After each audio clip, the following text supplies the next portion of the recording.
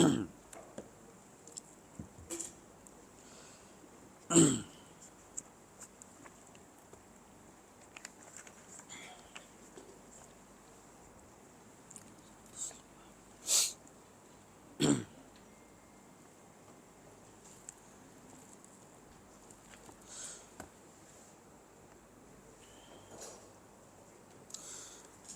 بالله من الشيطان الرجيم.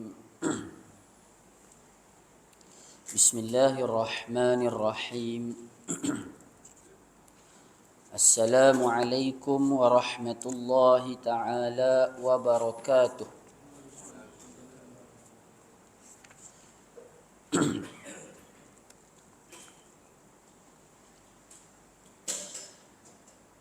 الحمد لله رب العالمين حمدا حامدين حمدا شاكرين حمدا ناعمين حمدا يوافي نعمه ويكافئ مزيده. يا ربنا لك الحمد كما ينبغي لجلال وجهك العظيم سلطانك.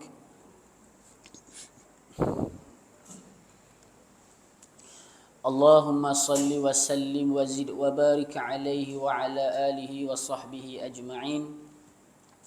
اللهم صل على سيدنا محمد الفاتح لما أخلق والخاتم لما سبق وناصر الحق بالحق والهادي إلى صراطك المستقيم وعلى آله وصحبه حق قدره ومقداره العظيم.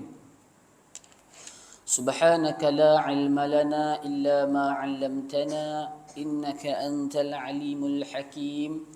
رب اشرح لي صدري ويسر لي أمري واحلل عقدة من لساني يفقه قولي.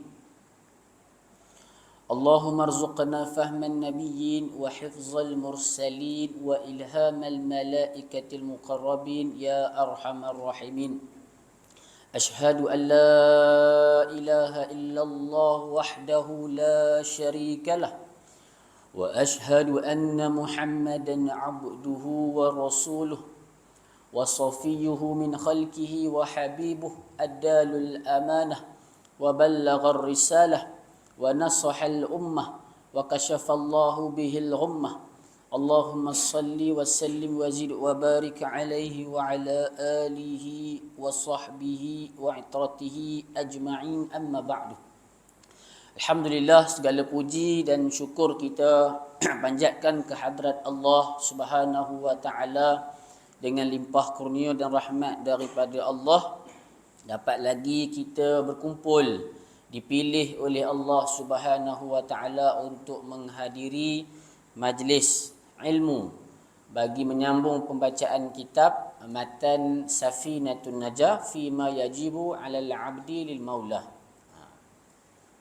Kan, mengaji ilmu ini adalah sebahagian daripada tuntutan fardu ain yang mana Nabi sebut di dalam satu hadis, talabul ilmi faridatun ala kulli muslimin. Menuntut ilmu itu adalah wajib bagi tiap-tiap orang Islam, kerana agama kita ini bukan dibina di atas dakwa-dakwi, bukan dibina atas reka-rekaan, tetapi agama kita dibina di atas ilmu dan hujah yang kukuh. Kan, ada orang bagi alasan saya tak ada masa untuk menghadiri majlis ilmu. Saya tak ada duit untuk hadir ke majlis ilmu. Saya tak ada masa untuk buat ibadat. Saya tak ada masa untuk baca Quran. Sebenarnya bukan tak ada masa. Sebenarnya Allah tak pilih dia. Allah tak pilih dia. Kerana bila mana kita buat kebaikan dan satu-satu ketaatan adalah pilihan daripada Allah Subhanahu wa taala, dan kita patut rasa bersyukur, terima kasih kepada Allah kerana memilih kita untuk duduk bersimpuh baik di dalam agamanya, di dalam kebenaran. Jadi kita nak tahu kebenaran ke batil ke betul salah ke, kena ngaji, kena duduk dalam majlis ilmu. Mudah-mudahan Allah bagi kita kefahaman. Allahumma faqihna fid din. Ya Allah, bagilah kami semua kefahaman. Kerana bila mana kita dapat kefahaman, man yuridillahu bihi khairan yufaqihu fid din. Siapa-siapa yang Allah nakkan kebaikan kepada diri dia, Allah akan bagi dia kefahaman di dalam ilmu agama. Kalau dia tak faham agama, maksudnya Allah nak mencelakakan dia. Allah nak masuk dan menjerumuskan dia ke dalam api neraka Allah. Wal'iyadu billah min zalik. Jadi kita duduk dalam majlis ilmu ni sebenarnya kita sedang menjauhkan diri kita daripada seksa api neraka. Itulah yang perkara yang kita tengah buat sekarang ni. Nah, bila mana kita menuntut ilmu, maka kita sebenarnya sedang membesarkan Allah di dalam hati kita. Membesarkan Allah dalam hati kita akan menatijahkan dunia ini akan terasa kecil di kelopak mata kita. Bila mana Allah dibesarkan dalam jiwa kita, maka segala kesusahan itu akan terasa mudah, akan terasa senang sahaja. Kan, segala yang ada di dunia ini makhluk bila mana sudah tidak melekat di dalam hati, maka Allah lah yang akan mengisi dalam hati makhluk tersebut dan menyebabkan dia menyerahkan kebergantungan hidupnya kepada Allah Subhanahu wa taala. Orang yang sudah hidup bersama Tuhannya tidak akan ada lagi kerisauan dan kekecewaan dalam hati dia kerana dia tahu semua yang dia ada itu adalah milik Allah Subhanahu wa taala. Habis itu. Jadi sebelum kita sambung, kita masih lagi dalam bab istinja nah. Kita masih lagi dalam bab istinja. Mudah-mudahan Allah bagi kita kefahaman, Allah bagi kita pembukaan ilmu, dan yang paling penting bila mana kita mengaji, menambahkan lagi kecintaan dan rasa takut kita kepada Allah Subhanahu wa taala dan rasa kasih kita kepada Rasulullah sallallahu alaihi wasallam. Nah, mudah-mudahan kita dapat perasaan yang begitu. Sebab dunia ni tak lama. Dunia ni ibarat kita menumpang di bawah satu pokok yang redup. Kita berjalan di padang pasir yang panas, nampak satu pokok, kita berhenti sekejap. Kita berhenti sekejap. Kita berteduh sebentar, orang kata. Berteduh sekejap. Sebelum nak teruskan perjalanan, tunggu hari mendung, baru teruskan perjalanan. Ada orang menyangka dia berteduh di bawah pokok itulah tempat dia. Tak, sebenarnya itu hanya sementara. Dunia ibarat kita berteduh di bawah satu pokok sahaja. Sebab tu kalau sedih, jangan terlalu sedih. Kalau susah, jangan terlalu susah hati. Kalau sakit, jangan terlalu menderita. Kalau kaya, jangan merasa sombong. Sebab dunia ini hakikatnya sementara sahaja. Dia ada tarikh expired dia. Ada expired, ada tarikh luput dia. Sebab tu kita mengaji, mudah-mudahan kita persiapkan bekal kita. Bekal tu mesti disertai dengan ilmu yang beramalan itu tak akan sah kalau tak ada ilmu. Jadi kita menyiapkan bekal untuk balik ke akhirat, ke negeri kampung abadi kita di sana nanti, insya-Allah. Mudah-mudahan Allah kumpulkan kita di sana seperti mana Allah mengumpulkan kita di dalam majlis ilmu. Masya-Allah. Ya. Allahumma salli ala Sayyidina Muhammad. Sebelum itu kita sama-samalah selawat tafrijiyah dulu. Mudah-mudahan Allah bagi kita kefahaman yang luas, kefahaman yang betul yang boleh kita sampaikan pula kepada keluarga kita, ahli keluarga kita, ahli sanak saudara kita, jiran tetangga kita. Kan Allah buka, bila mana Allah buka nur cahaya di dalam hati kita, tak akan ada lagi yang boleh menghijab. Kan? Wa man yudlil fala hadiyalah. Kan, siapa-siapa siapa-siapa yang Allah bagi hidayah kepada dia, fala mudillalah, maka tidak akan ada lagi orang yang boleh menyesatkan dia. Wa man yudlil fala hadiyalah, dan siapa-siapa yang Allah menyesatkan dia, Allah tutup pintu-pintu syurga daripada dia, tak akan ada lagi orang yang boleh hadiyalah, orang yang boleh menghidayah dan memberikan taufik kepada dia. Tak ada lagi. Mudah-mudahan kita dapat manfaat daripada majlis ilmu pada pagi ini. Baik, sama-sama nak. Allahumma salli salatan kamilatan wa sallim salaman tamman ala sayyidina Muhammadin alladhi تنحل به العقد وتنفرج به الكرب وتقضى به الحوائج وتنال به الرغائب وحسن الخواتيم ويستسقى الغمام بوجهه الكريم وعلى آله وصحبه في كل لمحة ونفس بعدد كل معلوم لك اللهم صل وسلم وزد وبارك عليه وعلى آله وصحبه وعطراته أجمعين أما بعد.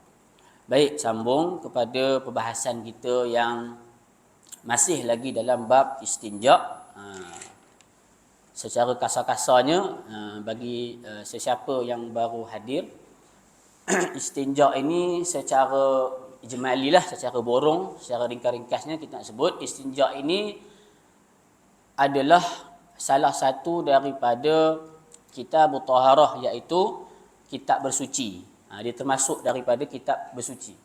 Jadi taharah di sini dengan maksud istinja di sini lebih tepatnya definisinya adalah kita menghilangkan najis daripada tempat keluar najis dengan air atau batu. Bukan kata najis dekat kapet, najis dekat baju. Itu kalau kita bersihkan najis yang ada pada baju, najis yang ada pada kapet, najis yang ada pada dinding misalnya, itu bukan namanya istinja. Itu namanya izalatun najis ataupun izalatun najasah. Tak dinamakan menghilangkan najis. Allahumma salli ala sayyidina Muhammad. Segan ada seorang sahabat saya ni, Ustaz Mursyid. Ustaz Mursyid depan. Ustaz Mursyid ni sahabat saya di Mesir. Ustaz Mursyid. Saudara juga pun kita. Saudara. Kalau ada salah dalam penyampaian saya, minta mohon teguranlah. Baik. Jadi yang dikatakan istinja itu menghilangkan najis daripada tempat keluar najis. Kan? Tempat keluar najis daripada najis. Bersihkan tempat keluar najis daripada najis. Izalatul kharij an-najis minal farji anil farji. Menghilangkan daripada faraj, tempat kemaluan itu. Faraj di sini seperti yang maklum yang saya sebut pada bulan lepas. Faraj di sini dengan maksud kemaluan depan dan juga kemaluan belakang, tak kira lelaki atau perempuan. Faraj dalam bab istinja ini dia bermaksud umum. Walaupun kadang-kadang dalam sesetengah bab dalam fiqh ini bila sebut faraj dia merujuk kepada kemaluan perempuan, tetapi dalam bab istinja ini dia merujuk kepada lelaki dan perempuan. Faraj di sini. Jadi maklumlah hukum yang kelima-lima hukum tu saya kira tak perlu sebutlah panjang. Jadi kaifiat istinja, sebab kita nak menceritakan tentang batu ni sekali, batu. Bagaimana nak dikatakan harus ataupun boleh kita istinja ataupun istijmar, nama lain ni istijmar, menggunakan batu. Bagaimana nak harus gunakan batu? Dia ada 8 syarat di dalam kitab Matan Safinatun Najah. Jadi sebelum kita nak gunakan batu, kita tahulah yang maklum bahawa kaifiat yang paling afdal bagi istinja yang pertama adalah kita beristinja menggunakan batu terlebih dahulu, kemudian disusuli dengan air. Itu kaifiat yang paling afdal. Kita guna batu dulu, kemudian istinja menggunakan air. Itu yang paling afdal. Kemudian yang paling yang martabat yang kedua, afdal yang kedua, iaitu kita gunakan air sahaja. Ni saya rewind balik sikit-sikit bagi nampak balik apa tajuk perbahasan kita pagi ni. Kemudian yang ketiga, martabat yang ketiga adalah kita menggunakan batu sahaja. Kalau dah guna air, tidak afdal lagi kita menggunakan batu. Kita dah guna air dah. Tiba-tiba kita ambil batu, kita nak istinja lagi sekali guna batu, tak boleh lah. Tak boleh dah. Kenapa? Kerana yang menjadi afdal itu mesti air, batu terlebih dahulu kemudian disusuli dengan air. Boleh lah? Itu tiga kaifiat mengikut tertib afdal dia. Kelebihan yang mana yang paling baik. Allahumma salli ala sayyidina Muhammad. Baik. Kemudian kita tahu batu di sini bukan dengan maksud batu hakiki. Batu di sini batu syar'i. Apa dia batu syar'i itu? Kullu tahirin wa jamidin wa qali'in wa ghairu muhtaramin, iaitu tiap-tiap perkara ataupun benda yang suci. Maksud bukan najis lah. Bukan najis. Tiap-tiap benda yang suci, jamidin, dan tiap-tiap benda yang berketul. Berketul ni maksud lawan kepada cair lah. Lawan kepada cair. Atau kita kata dia pejal. Dia pejal. Ketul ni maksud pejal. Kan? Maksudnya kalau kita pegang, dia boleh rasa ketulan ataupun bentuk saiz dia. Kita boleh rasa ketulan itu. Berbeza dengan tanah yang dia seolah-olah macam berketul. Kalau kita pegang dia perui yang kata kan, orang kata perui, dia pegang jadi hancur. Jadi hancur tanah. Itu tak dinamakan jamidin, tak dinamakan berketul. Kemudian wa kullu qali'in, dia tiap-tiap benda yang kesat. Dia kesat. Maksudnya dia lawan bagi licin. Seperti batang tebu. Batang tebu kan licin, atau kita kata gelas ataupun kaca ataupun cermin, licin kan. Jadi licin tak boleh kita katakan dia seumpama batu yang syar'i, batu yang pada syarak ni lah, bukan batu yang hakiki. Wa an yakuna, ataupun kita kata kullu ghairi muhtaramin, kullu ghairi muhtaramin, iaitu tiap-tiap benda yang tidak dimuliakan oleh agama kita. Kan? Tiap-tiap benda yang tak dimuliakan seperti apa? Benda-benda yang mulia seperti makanan, kan? Makanan, pakaian, kitab-kitab suci Al-Quran, kitab-kitab suci. Cumanya kitab-kitab suci yang Taurat, Injil yang diyakini sudah diseleweng seperti yang kita sebut boleh, dengan syarat kita tidak mengoyakkan di bahagian yang ada nama-nama yang suci. Seperti nama Allah dan juga nama-nama Nabi, nama malaikat. Boleh. Jika kitab itu kita yakin sudah diseleweng. Seperti Bible lah. Bible pada hari ini kan. New Testament, kan? Old Testament. Dia ada pada zaman Nabi dulu ada namanya Barnabas. Injil Barnabas tu dia lebih menghampiri kepada kebenaran. Tapi pada hari ini kebanyakan ulama berpandangan bahawa tidak ada lagi kitab yang asli. Semuanya sudah diseleweng oleh pendeta-pendeta agama mereka lah. Jadi 4 syarat tadi untuk dikatakan batu yang syar'i. Maksudnya tisu termasuk tak?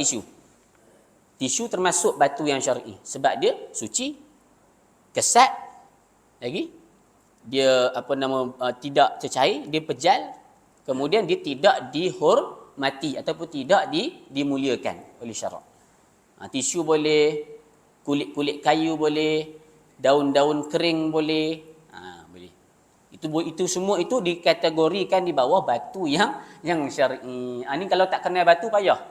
Kan sekali kalau kita pergi tandas awam tak ada air, kita nak istinja. Nak solat kat R&R, buka bilik tak ada air. Tak. Dalam poket kita ada tisu. Teringat dah belajar boleh guna tisu untuk bersuci, untuk taharah, beristinja, menghilangkan najis daripada tempat keluar najis. Habis itu. Jadi kita dah tahu dah apa itu batu yang syar'i. Jadi nak gunakan batu yang syar'i di sini. Tengok kitab. Qala Syekhul Muallif rahimahullahu taala wa nafa'na bi'ulumihi wa barakatihi wa ulumi masyayikhina wa barakatihim fid dharain amin. Syurutul hajari samaniyatun. Syarat-syarat menggunakan batu itu adalah 8. Di sini syurutul hajar iaitu dengan maksud syurutu ijza'il hajar. Syarat-syarat yang mengharuskan untuk kita menggunakan batu. Syarat ni kalau luput satu, tak boleh guna batu. 8 syarat ni kalau tak ada, tak boleh kita guna batu. Wajib kita gunakan air. Kalau tak ada air macam mana? Terpaksa kita menjadi seperti faqidut tahur. Apa faqidut tahur? Orang yang tak ada alat bersuci. Maksudnya dia hanya solat hormat waktu. Dia solat hormat waktu, kan? Dia solat hormat waktu, kemudian bila dah ada air ataupun ada alat bersuci, baru dia mengqadhakan semula solat dia. Begitu. Boleh nah? Boleh faham nah? Itu maksudnya kita nak guna batu yang syar'i ini kena ada lengkap 8 syarat ni. Gugur satu tak boleh kita istinja guna batu. Boleh nah? Jadi syarat ini dengan maksud ma yalzamu min adamihil adam wala yalzamu min wujudihil wujud. Maksudnya bila mana syarat ni tak ada, maka melazimi, tak ada masyrut dia. Maksudnya benda yang disyaratkan itu. Kan? Contoh macam kita nak semayang, kan? Nak semayang syarat dia kena ada wuduk. Nak semayang, nak solat, syarat kena ada wuduk. Kalau tak ada wuduk, melazimi tak ada juga semayang. Tapi wala yalzamu min wujudihil wujud. Tapi tak mesti kalau syarat tu ada, masyrut pun ada. Dengan erti kata, tak mesti kita ada wuduk, tak mesti kita nak semayang. Kadang-kadang kita nak baca Quran, kadang-kadang mungkin nak tawaf dan sebagainya. Kan? Jadi syarat ini bila mana dia tak ada, melazimi perkara yang disyarat pun tak ada. Maksudnya kalau tak ada 8 syarat ni, tak boleh kita istinja guna batu. Tapi kalau ada 8 syarat ni, tak mesti juga kita nak istinja guna batu. Ada air kan, kita istinja guna air. Boleh faham tak apa maksud syarat? Syarat bila mana dia tak ada, melazimi masyrut pun tak ada. Bila mana dia ada, tak melazimi, bahawa masyrut pun kena ada juga, tak lazim. Begitu. Tak apalah, itu sekadar nak bagi faham apa maksud syarat. Sebab kita baca kitab dia kena sebutlah. Ini saya tak sebut pun ilmu dari macam mana i'rab nahwu tak payah sebut kan. Dia semua bagi tahu apa maksud syarat tu sahaja. Kalau saya sebut, malu saya ni ada Azhari depan ni. Ada Azhari. Ada Ustaz Mursyid depan ni. Allah. Yang pertama, 8 syarat itu an yakuna bi salasati ahjarin. Dia mesti 3 batu. Syarat yang pertama nak guna batu mesti 3 batu. Syarat yang pertama. Kurang 3 batu tak boleh. Ada huraian dia. Adakah 3 batu ini mesti 3 ketul batu? Adakah 3 ketul batu di sini dengan maksud dengan erti 3 helai tisu? Adakah dengan maksud 3 helai daun kering? Adakah maksudnya begitu? Tak. Yang dimaksudkan 3 batu di sini dengan maksud 3 sapuan batu. Atau kita kata 3 olesan. Oles, sapu, oles. 3 sapuan batu. Dengan maksud salasu masahat. 3 sapuan batu. Maksudnya, tak mesti kalau kita ada batu, tak mestinya batu tu dia Allahu Akbar. Tak mesti batu tu dia mesti 3 ketul. Kalau dia seketul tapi dia ada 3 penjuru. Batu tu 3 penjuru. Kita guna penjuru pertama untuk olesan yang pertama. Penjuru kedua, olesan yang kedua. Penjuru yang ketiga, olesan yang ketiga. Jadi memadai tak 3 batu di sini dengan maksud 3 sapuan batu? Memadai. Walaupun hanya dengan seketul batu tetapi dia ada 3 penjuru. Misalnya. Atau tisu ataupun kain yang tak guna contoh. Kan? Dia kita gumpalkan dia banyak-banyak, kemudian kita jadikan dia 3 penjuru. Boleh juga. Sapuan yang pertama, sapuan yang kedua dan sapuan yang ketiga. Tak mesti kena 3 ketul ataupun 3 helai juga. Begitu. Bolehlah kan? Boleh beramal lah. Maksudnya kalau tak ada air, boleh guna batu, boleh guna tisu, boleh guna kain dan sebagainya. Syarat yang kedua an yunkiyal mahal. Dia mensucikan tempat keluar najis tadi. Seperti yang saya sebut tadilah. Syarat yang kedua ni seperti dalam definisi ataupun takrifan bagi istinja itu sendiri, iaitu dia menghilangkan najis pada tempat keluar najis. Tempat keluar najis. Allah, dengar macam apa yang aku ngaji begini tak? Apa dia aku ngaji ni tak? Dengar-dengar macam ngantuk tak? Sebenarnya inilah dikatakan tuntutan kepada diri kita. Kan, kalau tak sah taharah, tak sah suci pada tubuh badan kita, menatijahkan tak sah juga ibadat kita, solat kita. Jadi bila tak sah sembahyang, ditolak sembahyang, maka esok di akhirat kita balik dalam keadaan muflis, dalam keadaan kosong. Walaupun kita hidup dah berpuluh-puluh tahun, tapi kalau basuh berak, basuh kencing tak betul, maka solat kita itu ditolak. Ditolak ibadat kita. Sebab tu kita kena tahu bab taharah ni penting. Penting. Tak? Setengah orang dia suka dengar pumpang motivasi je tak? Suka dengar tu bagi naik semangat. Kan sebenarnya motivasi yang disampaikan oleh ustaz-ustaz tu sebenarnya nak bagi pemangkin atau pembakar semangat untuk kita mengaji fardu ain pula sebenarnya. Ni habis-habis dengar semangat, dengar motivasi dah tak bagi fardu ain. Tak kena lah. Tak kena. Yuqaddamul aham summal muhim. Kita mesti mengutamakan mana yang lebih penting daripada perkara yang penting. Begitu.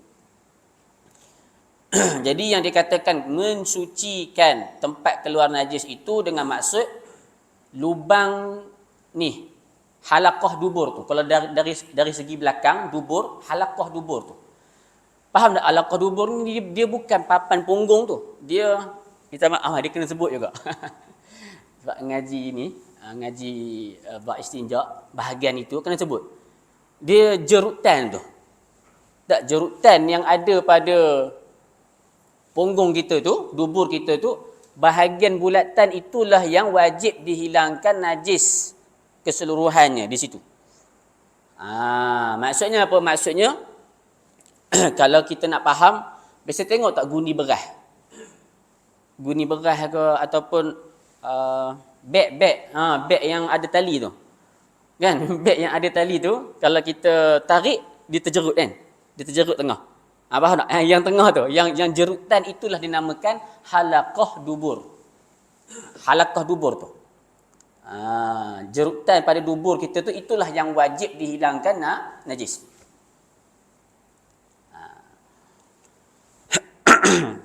Jadi kalau pada dubur kita, ulama mengajarkan dua kaifiat. Ulama mengajarkan dua kaifiat bagaimana nak menghilangkan najis pada dubur, pada jerutan dubur tu bagaimana? Dengan cara yang pertama iaitu ulama ajar ambil batu, penjuru batu yang pertama iaitu ataupun sapuan yang pertama kita ambil daripada satu point, contohnya dari kanan. Dari kanan kita pusing habis 360 darjah. Pusing dari kanan pusing sampai habis, sampailah bertemu titik yang sama. Itu sapuan yang pertama. Kemudian ambil, kalau tadi kita mula kanan, kita mula pula daripada kiri, pusing pula dari kiri sehinggalah selesai masuk ke poin yang tadi, ke titik yang sama. Faham tak? Tadi dari kanan ke kiri sehingga bertemu poin yang sama iaitu 360 darjah. Kemudian dari kiri pusing pula ke 360 darjah juga ke poin yang sama. Itu sapuan yang kedua. Sapuan yang ketiga, ambil penjuru yang ketiga tadi, kita lalu tengah, melintasi garisan khatulistiwa. Tak? Sok macam tu. Nampak? Daripada bawah tolak naik atas. Daripada bawah tolak naik atas, selesailah 3 sapuan ataupun olesan batu pada dubur kita. Nampak tak? Nak saya ulang? Boleh? Boleh nak? Itu ulama ajar kaifiat yang pertama, iaitu kita buat 360 darjah, kemudian melintasi tengah. Nah, kaifiat yang kedua setengah-setengah. Kaifiat yang kedua setengah-setengah. Contoh daripada atas kita tarik ke bawah setengah je.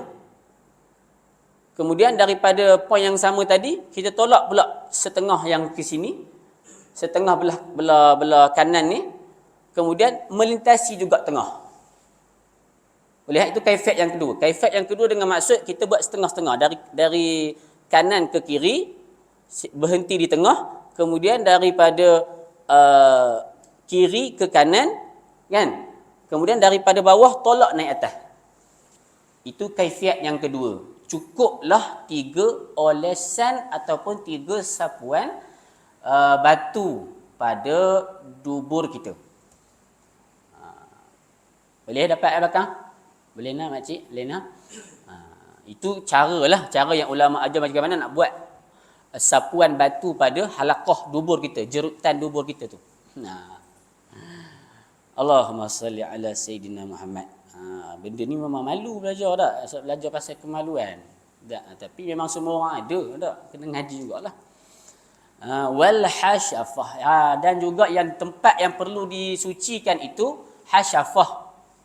Orang laki-laki ada. Hasyafah ni maksudnya kepala zakar. Ra'sul zakar. Dengan maksud kepala zakar.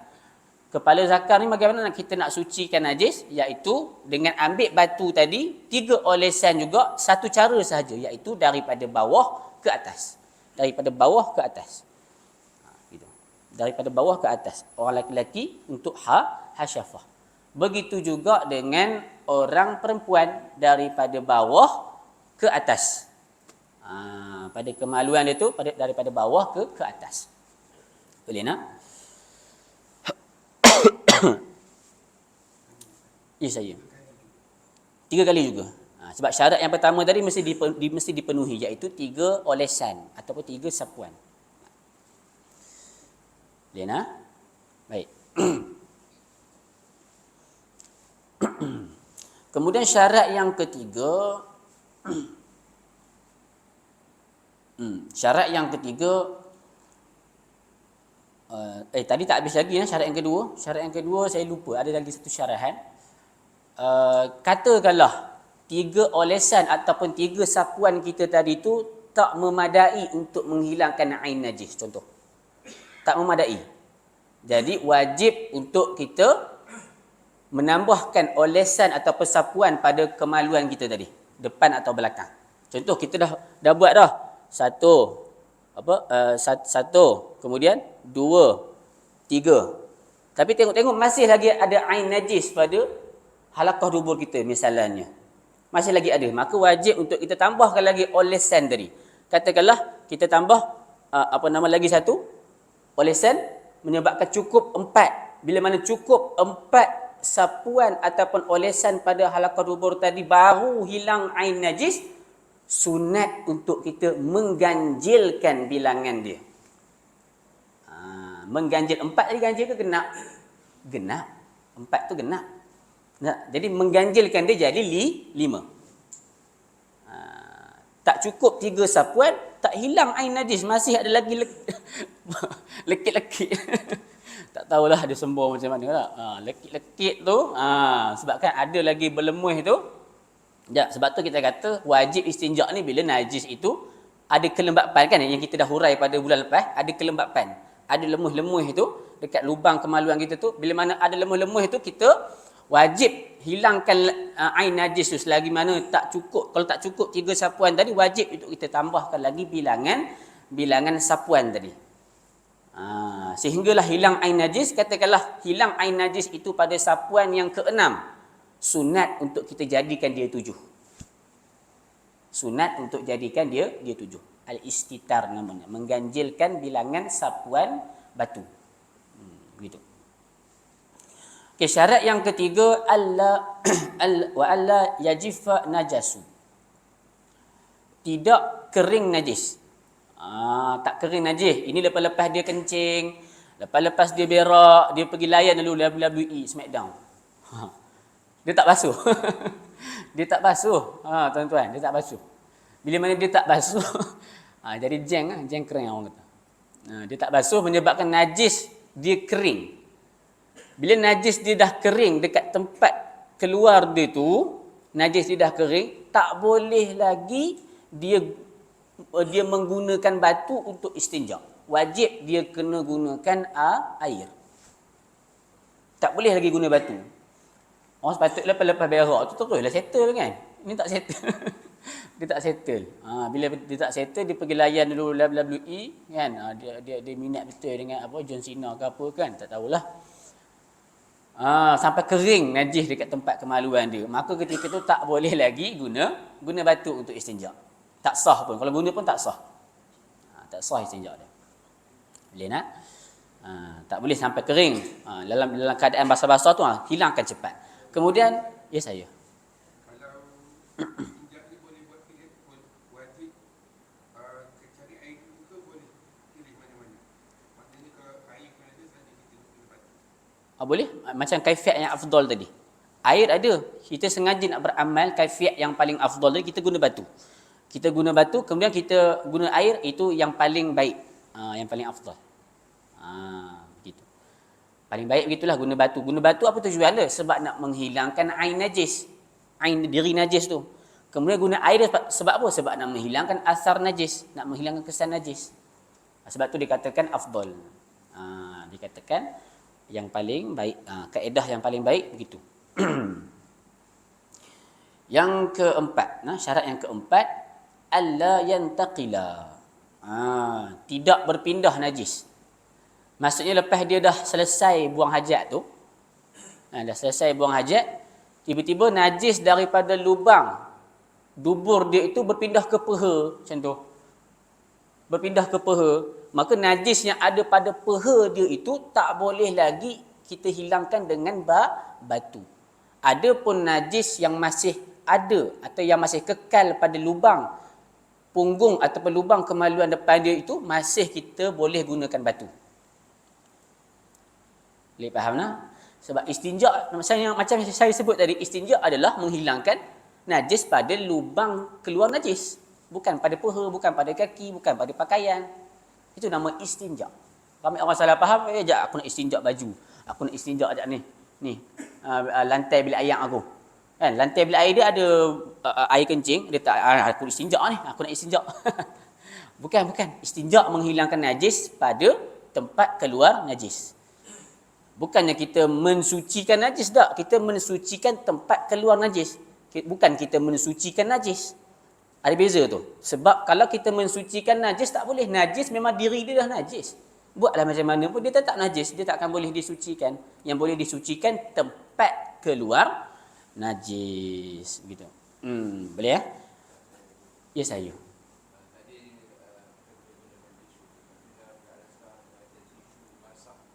Tisu basah. Tisu faham, wet tisu lah. Tengok balik kepada syarat tadi, kullu tahirin wa jamidin. Kan? Bila mana kita nak menggunakan satu perkara, tengok dia suci, dia suci. Dia berketul, dia berketul. Tetapi dia ada apa? Dia ada air. Bila mana dia ada air, kan? Bila mana dia ada air dekat situ, bolehkah dikategorikan dia sebagai batu?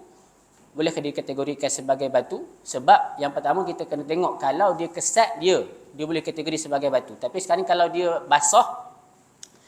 basah, adakah dikategorikan sebagai batu? Yang syar'i, maksudnya yang syar'i. Jawabnya adalah dia tak boleh dikategorikan sebagai batu yang syar'i, sebab lagi saya sebut syarat yang seterusnya. Dia tak boleh, bila mana guna batu, dia tak boleh tempat kalau najis itu terkena air. Tak boleh. Syarat guna batu. Jadi apakah fungsi tisu tadi? Sekadar menghilangkan air najis je lah. Tapi kalau nak semata-mata guna itu sebagai istinja, tak boleh. Sebab dia tak boleh beserta batu yang syar'i ini tak boleh basah dahulu di tempat keluar najis, tak boleh. Sekali saya terang daripada syarat seterusnya. Syarat yang keempat, alla yantaqila tadi tu tak berpindah najis ke tempat lain lah. Maklumlah di situ kan, kita dah sebut tadi. Najis tu atau kita kata dia sembur kuat lah orang kata. Tak, dia tahan kencing lama, dia tahan kencing tu lama. Bila dia tahan kencing tu lama, bila sekali dia sembur, merecik ke kaki, merecik ke peha, tak? Jadi bahagian yang merecik tadi tu di peha di kaki tu tak boleh gunakan batu. Yang boleh hanya bahagian alur keluar pada kepala zakar itu sahaja. Yang kelima, alla yatra'a alaihi akhar. Ni dia syarat dia. Tak boleh masuk sesuatu yang lain. Seperti air, tanah, najis, gitu. wala yatra'u alaihi akhar. Gitu. Maksudnya di sini, kalau tempat keluar najis kita tadi tu dah terkena air, ataupun dah terkena tanah, ataupun terkena najis yang lain selain daripada najis yang keluar pada tempat itu.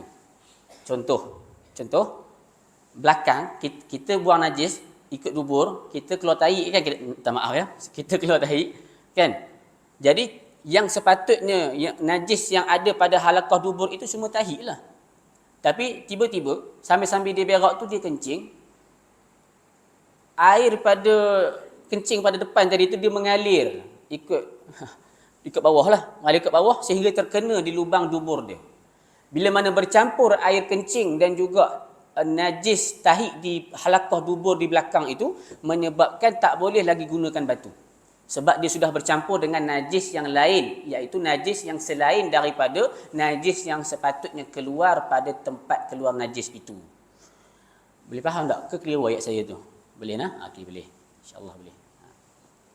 Ataupun campur dengan air macam wet tissue tadi. Dia tak dikategori sebagai batu. Kalau nak guna wet tissue boleh, tapi wajib kita gunakan air. Sebab tak memadai istinja guna wet tissue tadi. Syarat yang keenam. Wala yujawiza safhatahu wa hasyafatahu. Tidak melepasi. Safhah di sini dengan maksud halaqah dubur, bukan papan punggung. Safhah di sini dengan maksud halaqah dubur, jerutan dubur tadi, wa hasyafatahu, iaitu dan juga kepala zakar. Maksudnya najis tadi dia keluar tak melepasi daripada halaqah dubur dan juga kepala zakar. Dengan maksud kalau dia berak, minta maaf, kalau dia berak kan, keluar najis tadi, tersembur najis tadi dalam keadaan biasanya dalam keadaan cirit lah macam tu kan, cirit birit. Bila keluar najis daripada halaqah dubur tadi, menyebabkan dia melepasi daripada jerutan dubur tadi. Jangan salah faham dengan syarat yang keempat tadi. Syarat yang keempat tadi berpindah tadi tu setelah selesai keluar najis. Syarat yang keempat tadi, jangan yang tidak berpindah kan, wala yantaqila kan. Alla yantaqila tu kan. Wala yantaqila tadi tu dia yang tak berpindah itu setelah keluar najis. Syarat yang keenam ni lain sikit, iaitu ketika kita nak buang najis tu. Ketika najis tu keluar, ketika najis tu nak disemburkan tu, dia tidak melepasi daripada jerutan belakang tu. Kalau untuk punggung, kalau untuk dubur, dia tidak melepasi daripada jerutan. Kalau lepas daripada jerutan, tak boleh lagi guna batu. Boleh tak? Itu laki perempuan sama. Laki perempuan semua samalah untuk punggung, dubur. Manakala untuk kemaluan depan, bagi lelaki, minta maaf saya sebut, tak apa. Bagi lelaki, selagi mana air kencing dia itu tidak melepasi daripada kepala zakar. Mana had kepala zakar?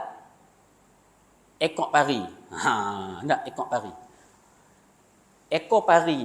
Ekor pari bawah tu, bila mana air kencing itu melepasi daripada longkang. Orang lelaki dia topi askar Jerman. Topi askar Jerman tu, dia bulat, sfera, bentuk dia sfera. Bila mana air kita kencing, ketika melepaskan air kencing, kadang-kadang air kencing itu dia menitis ke bawah. Bila mana menitis ke bawah sehingga melepasi longkang itu, lepas daripada longkang tadi, dah tak boleh istinja guna batu. Selagi mana air kencing itu masih lagi berada di kepala zakar ataupun sebelum longkang tadi, masih boleh guna batu. Boleh nak? Sebab dia sama macam lompat. Ha? Dia dekat macam lompat tadi, keluar. Dia hampir-hampir dengan syarat nombor 4. Cuma syarat nombor 4 tadi benda itu berlaku setelah selesai. Setelah selesai qada hajat dia, setelah selesai keluar najis. Dah selesai keluar najis, tiba-tiba menitik air kencing kat peha. Itu syarat yang keempat. Syarat yang keenam ini ketika keluar tadi, air kencing tu dia tak melepasi daripada kepala zakar. Dia tak melepasi. Boleh nah?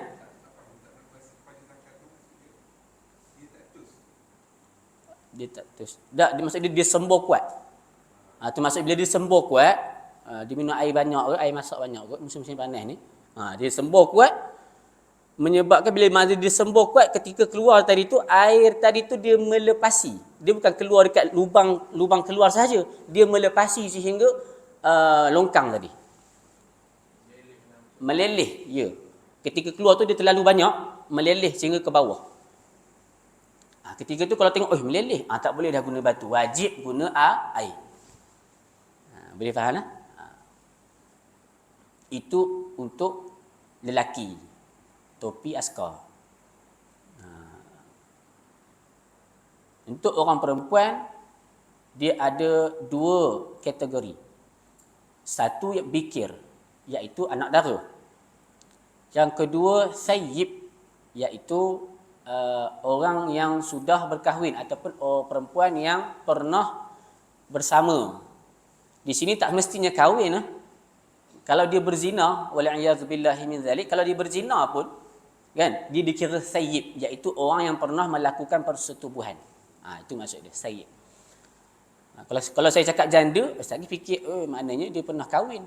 Dah tu kalau orang anak dara tak pernah kahwin, tapi pernah bersetubuh, berzina, kan? Dia dikira juga sayyib. Sebab poin di sini, perbahasannya di sini adalah sama ada pernah ataupun tidak bersetubuh. Begitu. Jadi Allahumma salli ala Sayyidina Muhammad, orang perempuan yang masih bikir, yang masih anak dara,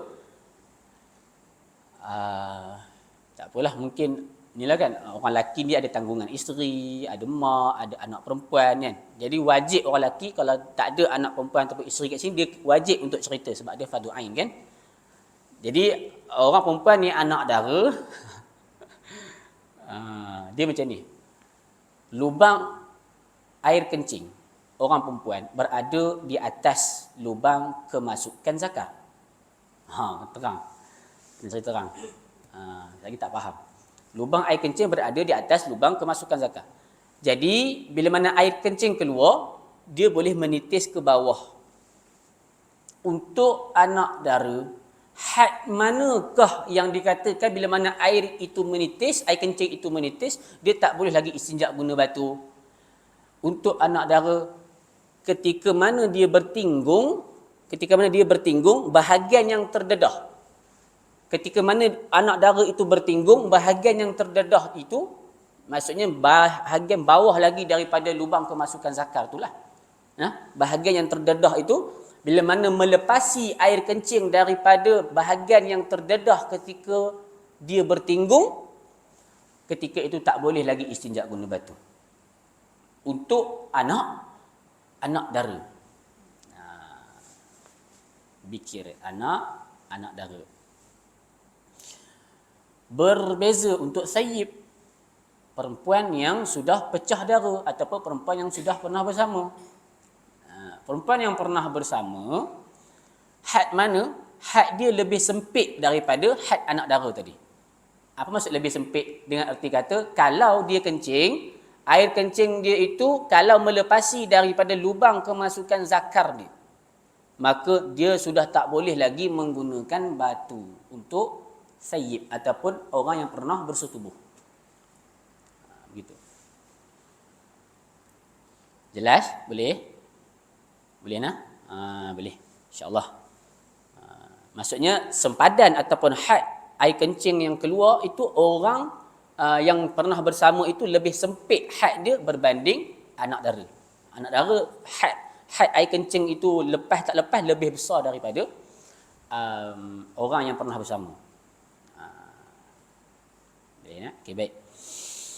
Allahumma salli ala sayyidina Muhammad. Okey, syarat seterusnya wala yusibahu ma'un. Ya, betul itu. Wala yusibahu ma'un. Maksudnya dia tidak kena air macam tadilah wet tisu tadi tak. Nak guna batu yang syar'i ni mesti tak boleh basah. Tempat keluar najis tu tak boleh basah. Kalau basah sudah tak diperlukan lagi untuk guna batu. Wajib untuk menggunakan air. Itu. Ya, saya. Ya. Ya.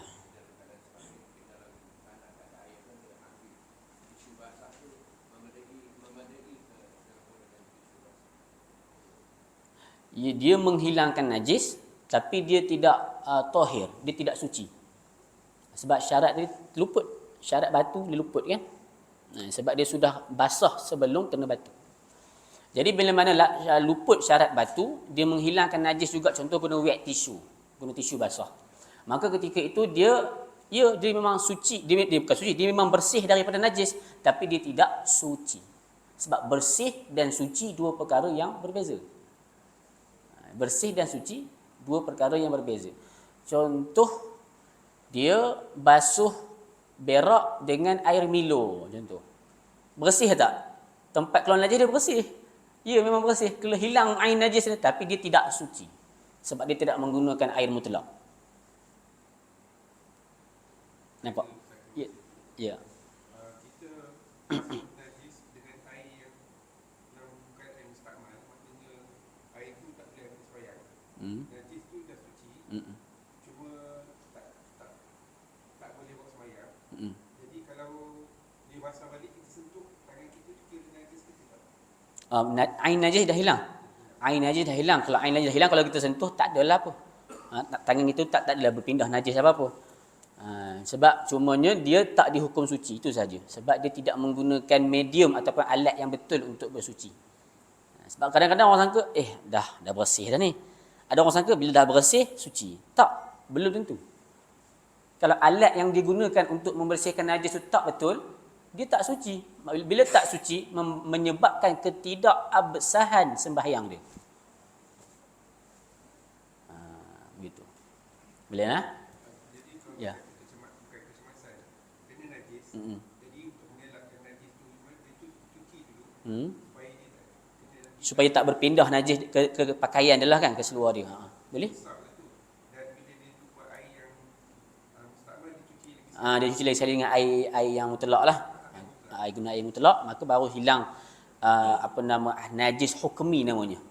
Bila air najis hilang di tempat keluar najis kan, tapi kita hilangkan tu bukan dengan medium yang betul, bukan dengan alat yang betul. Jadi kita masih lagi belum dikira suci sebab kita ketika itu masih lagi ada najis hukmi namanya. Bukan najis aini, najis hukmi. Tak ada najis tapi dihukum najis. Macam nak sucikan dia? Lalukan air yang mutlak. Lalukan air yang mutlak. Jadi hilang najis hukmi dan kita dah dihukum suci. Dan air tadi kalau dia ada melengkapi syarat tadi, air yang lalu dekat najis hukmi tadi dah tak dihukum air mutanajis, tetapi air yang lalu pada najis hukmi dia dihukum musta'mal. Begitu. Boleh? Okey, baik. Ada lagi persoalan? Tak ada nah. Boleh insya-Allah. Jadi tak boleh kena air lah pada tempat najis. Tak boleh kena air pada tempat najis. Begitu. Allahumma salli ala sayyidina Muhammad. Okey, yang seterusnya, yang terakhir an takunal al-ahjaru tahiratan. Mestilah batu itu suci. Mestilah batu itu suci. Tapi mengikut pandangan Al-Imam Abu Hamid Muhammad bin Muhammad Al-Ghazali At-Tusi rahimahullahu ta'ala, Imam Ghazali sebut, macam yang saya sebut pada bulan lepas lah. Saya dah pernah sebut dah, tapi saya sengaja saya ulang. Kalau kita beristinja dengan batu yang bernajis, boleh tak boleh? Harus tak harus? Harus pada kaifiat yang pertama tadi saya sebut. Harus pada kaifiat yang pertama. Apa kaifiat yang pertama? Iaitu kita menggunakan batu dulu, kemudian kita menggunakan air. Yang tak harus di sini adalah kalau kita istinja guna batu semata-mata. Batu tu najis, kita dah tak ada air, kita pergi ambil batu yang bernajis, tak sah istinja kita. Dia mesti batu tadi tu suci daripada najis. Tapi kalau kita menggunakan kaifiat yang pertama tadi, tak ada masalah. Okey, settle. Sebab apa? Sebab kalau walaupun kita menggunakan batu yang bernajis, tetapi lepas tu kita akan menyusuli dengan air. Maka hilang air najis, hilang kesan najis dengan air tadi. Maka tak ada masalah guna batu yang bernajis. Tapi jadi macam tahsilul hasil lah, benda yang sia-sia. Benda sia-sia, apa buat benda sia-sia kan? Dah tahu batu tu bernajis, pergi guna juga. Ya, sedangkan ada air, baik guna air daripada mula lagi. Tak? Cuma nak bagi tahu harus guna batu yang ada najis kalau kita ada air. Kalau tak ada air, tak boleh. Itu nah.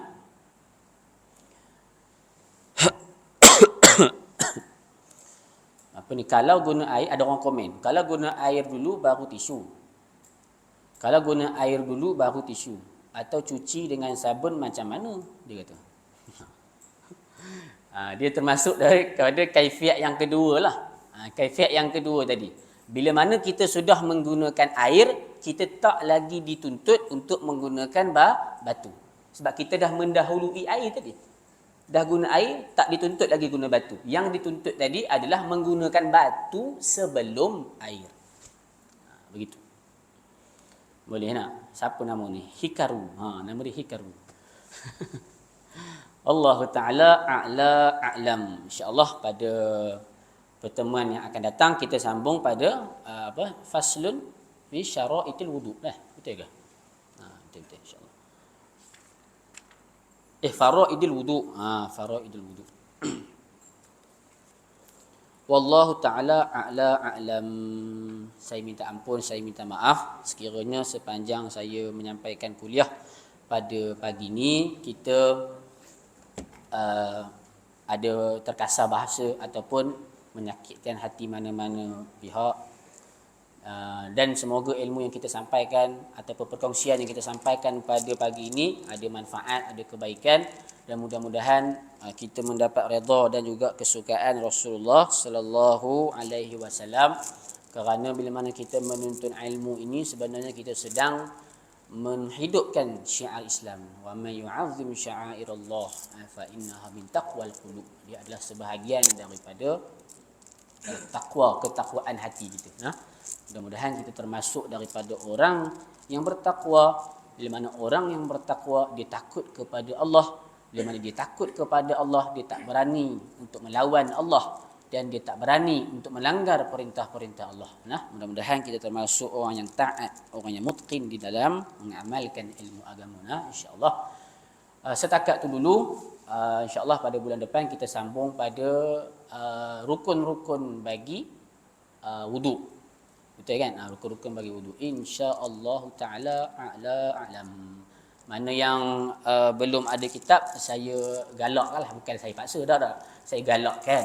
Galakkan supaya ada kitab, supaya pengajian kita ini lebih terarah. Lebih berdisiplin. InsyaAllah. Mudah-mudahan. A'udzubillahi minasyaitonirrajim. Bismillahirrahmanirrahim. Alhamdulillahi rabbil alamin, hamdan hamidin, hamdan syakirin, hamdan na'imin, hamdan yuwafi ni'amahu wa yukafi'u mazidah.